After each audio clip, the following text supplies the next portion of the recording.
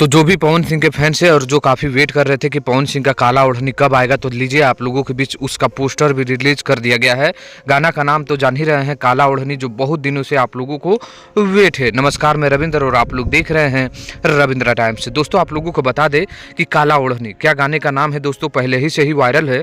इस गाने को पवन सिंह और शिल्पी राज की आवाज़ में देखने को मिलने वाला है और ग्लोबल म्यूजिक जंक्शन से देखने को मिलने वाला है। जहाँ तक इस गाने को रिलीज डेट है मैं आप लोगों को बताऊँगा। उससे पहले बता दें कि इस गाने को पवन सिंह और शिल्पी राज ने गाए हैं। जी हाँ दोस्तों, शिल्पी राज ने गाए हैं। बहुत ही कमाल का गाना ये गाए हुए हैं। ये गाना आपको ग्लोबल म्यूजिक जंक्शन के यूट्यूब चैनल पर देखने को मिलेगा।